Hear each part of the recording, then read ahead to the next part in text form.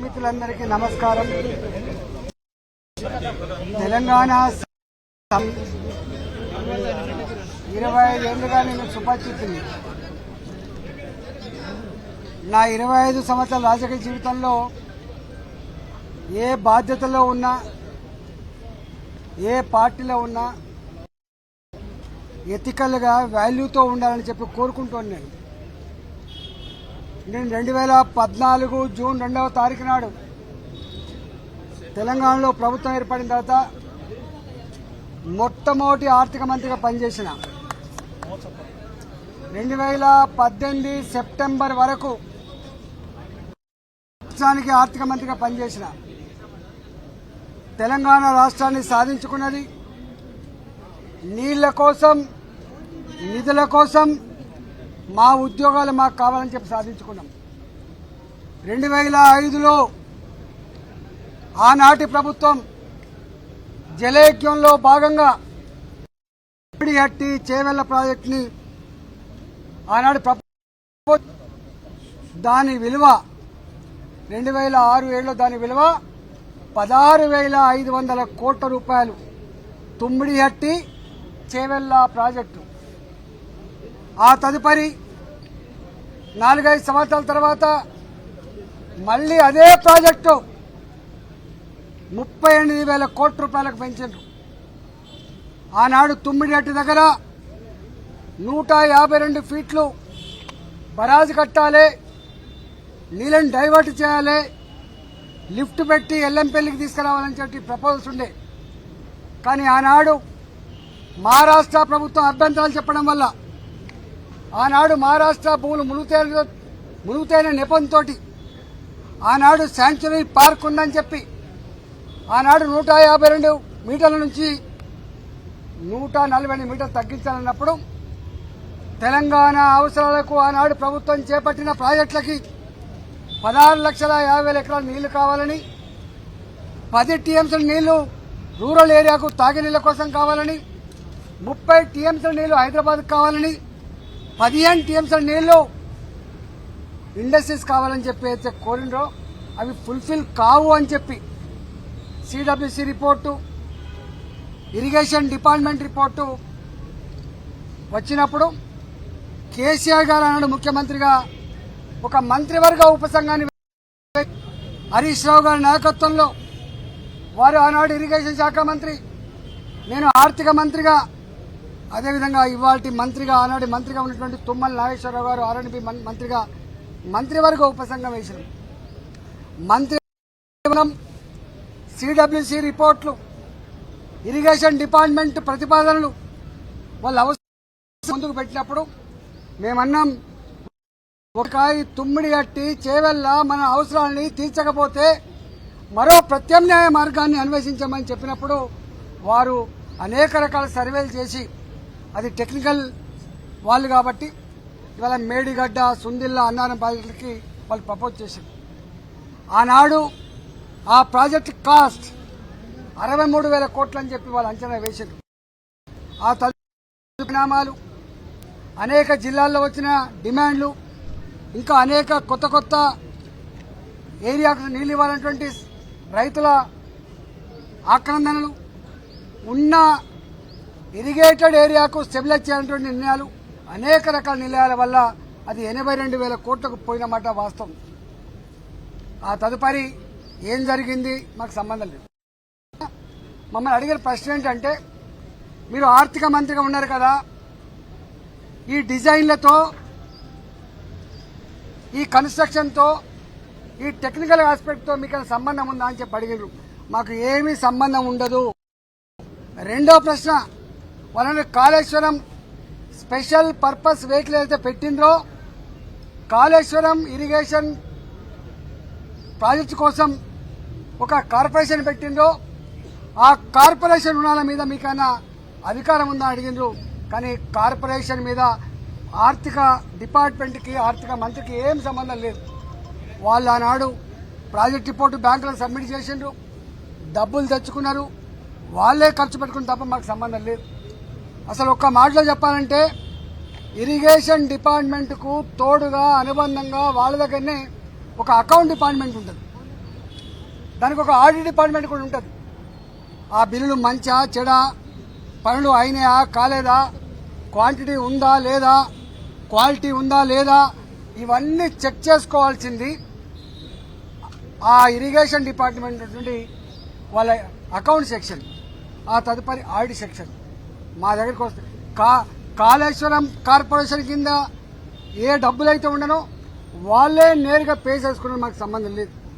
Budget allocated డబ్బు అయితే ఉందో మా దగ్గర అలొకేటెడ్ డబ్బు ఉంటే తప్పకుండా దాని ప్రకారం బిల్లు పే చేస్తాం తప్ప దాని వాల్యూస్తో కానీ వాటితో మాకేం సంబంధం లేదని చెప్పి కరాఖండ్గా చెప్పడం జరిగింది. కానీ ఇవాళ ఎంత దుర్మార్గులు అంటే ఈ ఈటల రాజేంద్ర గారు పిలుస్తాండ్రు. ఏం పిలుస్తావు, ఏం పిలిచినా ఏముంటుంది? మా బతుకు చాలా ట్రాన్స్పరెంట్గా, మేము ఎథిక్స్ కోసం బతికిన వాళ్ళం, ప్రజల కోసం బతికిన వాళ్ళం. కంత మీద తుపాకీ పెట్టినా కూడా గదే మాట మాట్లాడలేదు తప్ప ఇంకోటి మాట మాట్లాడటం కాదు. ఇవాళ పిచ్చి కూతలు, కారు కూతలు, ఇలా కుక్కలు లెక్క ఎక్కబడ్డే మాటలు చూస్తూ ఉంటే బాధ అనిపిస్తూ ఉంది. ఏది ఏమైనా తెలంగాణ ప్రజలు నిజమైన న్యాయ నిర్ణేతలు. ఎవడు తప్పు చేసిండో, ఎవడు ఒప్పు చేసిండో వాళ్ళు నిర్ణయిస్తారు తప్ప ఇవాళ కొద్దిమంది బట్ట కాల్చి మీదేసినంత మాత్రం మీకు అయ్యే ప్రసక్తి లేదు.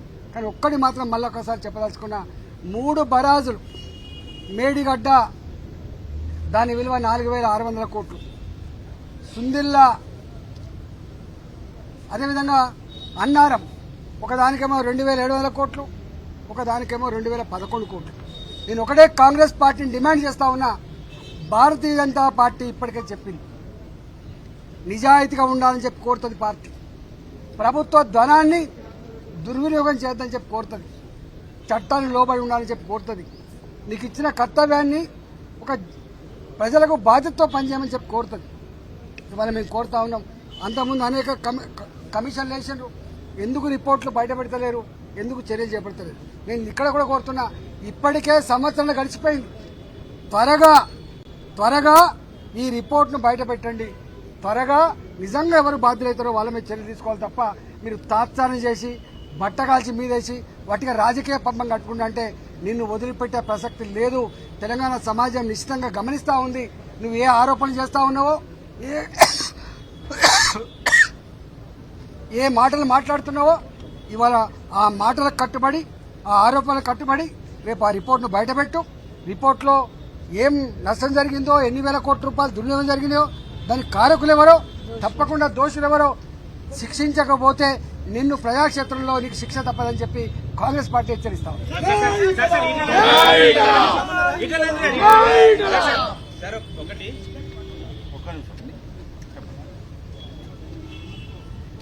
మీడియా సమావేశాల్లో ఈటల రాజేందర్ పదే కొన్ని అంశాలు చెప్పారు. కాళేశ్వరం ప్రాజెక్టు ముమ్మాటికి కేసీఆర్ తానే డిజైన్ చేసి తానే కట్టారు అని చెప్పారు. ఈ అంశాన్ని ఈ రోజు కమిషన్ ముందు చెప్పారా?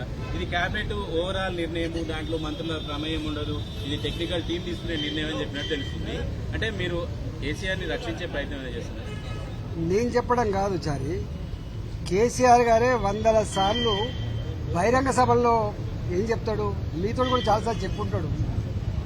Brain child of KCR, Kaleshwaram project సృష్టికర్త కేసీఆర్ అని చెప్పి తాను చెప్పుడు, నేను చెప్పడం కాదు. మీరు కమిషన్ చెప్పారా మరి ఆ విషయాన్ని? 100 సార్లు మీటింగ్లలో, ప్రెస్ మీట్లలో నా మెదడు కరిగించుకొని ఇంత కష్టపడి అనేక రకాల సర్వేలు చేసిన చెప్పి ఆయన చెప్తున్నాడు. కానీ ఒక్కటి ఇది కేబినెట్ నిర్ణయము, టెక్నికల్ నిర్ణయము, టెక్నికల్ స్టాఫ్ తీసుకుంటది, మాకు రాజకీయ నాయకులకు సంబంధం లేదంటే ఒక రకంగా మీరు కేసీఆర్ ని బయటపడే ప్రయత్నమే కదా. నీకు తప్పుడు అర్థమవుతుంది, నువ్వు ఆలోచన తక్కువ చేస్తున్నావు. నేను అన్న మాట ఏంటంటే, ఆలోచన ప్రాజెక్టు కట్టాలనే ఆలోచన ప్రభుత్వం తీసుకున్నది. టెక్నికల్ కమిటీ తుమ్మిడిహట్టి దగ్గర కట్టొద్దని చెప్పింది. దానికి నిర్ణయం తీసుకున్న వ్యక్తి మొట్టమొదటిగా కేసీఆర్ ఈజ్ బాస్, మొత్తం క్యాబినెట్ బాస్ కేసీఆర్, రాష్ట్ర ముఖ్యమంత్రి కేసీఆర్. దానికోసం కమిటీ వేసిండు. కానీ అంతిమంగా నిర్ణయం అమలయ్యేది నా బ్రెయిన్ చైల్డ్ కాబట్టి అమలు చేస్తా అని చెప్తే ఒక్కడివే అమలు చేస్తే ఇది కాదు.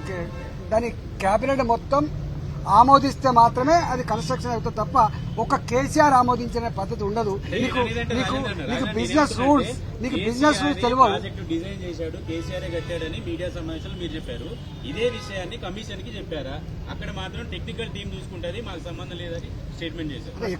ఎక్కడ కట్టాలి, ఎట్లా కట్టాలి, దాని క్వాలిటీ ఏంది, దాని క్వాంటిటీ ఏంది, దాని డెప్త్ ఎంత, అవన్నీ మాకు సంబంధం ఉంటుందంటే ఫైనాన్స్ డిపార్ట్మెంట్, నేను ఫైనాన్స్ డిపార్ట్మెంట్ సంబంధించిన మంత్రిని, అదంతా ఇరిగేషన్ డిపార్ట్మెంట్ వాళ్ళు చేయాల్సిన పని.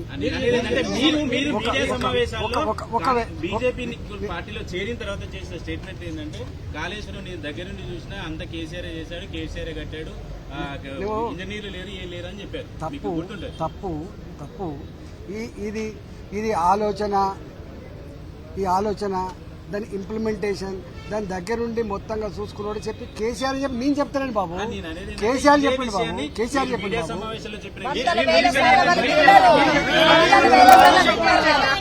చెప్పిన సమాధానానికి గోసు ఎలాంటి రియాక్షన్ ఇచ్చారు?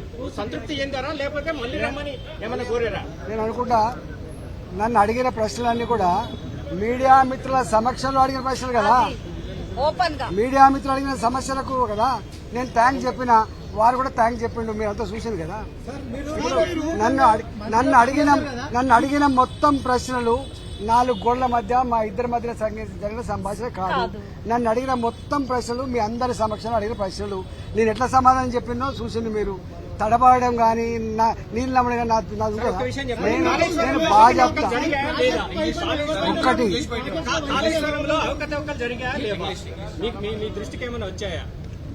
నేను ఏమంటున్నా, ఘోష్ గారి కమిటీ ఈ అనేక వందల మంది ఇంజనీర్లతో వాళ్ళు సమావేశమైనారు. వాళ్ళు మొత్తం తీసుకున్నారు. వారికి ఒక్కటి అర్థమైపోయింది, ఇవి ఇంజనీర్లను ఎవరు ఆదేశించిండ్రు నీళ్లు స్టాక్ పెట్టమని, ఇంజనీర్లు ఎవరు ఆదేశించిండ్రు ఇట్లా కట్టమని, ఇంజనీర్లు ఎవరు ఆదేశించిండ్రు ఇంత తొందరగా కట్టమని చెప్పి ఆ దగ్గర ఉన్నాయి. నేనేమంటున్నా, ఘోష్ గారి కమిటీ రిపోర్ట్ని వెంటనే బయటపెట్టి దోషులను శిక్షించమని కోరుతున్నాం. ఈటలో ఉంటాడు, ముఖ్యమంత్రి ఉంటాడు.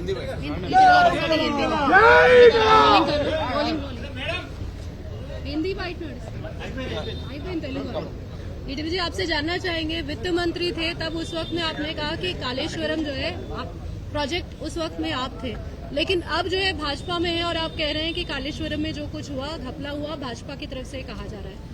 अंदर कमीशन में क्या बात हुई, क्या कहा आपने और क्या खुश नजर आए या फिर कम से कम कह सकते हैं कि संतृप्त थे? मेरे को 11-12 क्वेश्चन पूछा था, उसमें सभी प्रश्न को मैं जवाब दिया था. सर्टन बिजनेस रूल्स, फाइनेंस में डिपार्टमेंट को कितने जो जिम्मेदारी है वो जिम्मेदारी के हिसाब से हमने एक्ट किया था, इसके बिना हमने एक्ट नहीं किया था. वो प्रोजेक्ट रिपोर्ट्स, डिजाइन्स, एग्जीक्यूशन पूरा इरिगेशन के अंडर आता है, हमारा डिपार्टमेंट को संबंध नहीं रहता है. नंबर 2, इसके लिए पैसा ज़्यादा जरूरत पड़ा था, वो पैसों के लिए वो लोग कालेश्वरम कॉरपोरेशन जो खुला था उसमें लोन लिया था. वो लोन्स के बारे में इरिगेशन डिपार्टमेंट को मालूम है, हमको मालूम होने का सवाल ही नहीं है, वो इंडिपेंडेंट है. नंबर 3 क्या है, जो एक्सीडेंट हुआ था, अभी जो नुकसान हुआ था, नुकसान के बारे में हंड्रेड्स ऑफ इंजीनियर्स से जो इंटरेक्ट हुआ था वो रिपोर्ट पूरा बाहर प्रजा को मिलना चाहिए. इसमें कौन कौन है, जिम्मेदार कौन है, डेफिनेट एक्शन लेना चाहिए. मगर एक तो पक्का है, अगर इस सरकार जो कमीशन को डाला है, ये कमीशन ज़्यादा दिन नहीं लेना है, तुरंत इसको प्रजा क्षेत्र के अंदर आना है, क्या एक्शन लेते बोलना है. ईटल राजेंद्र जी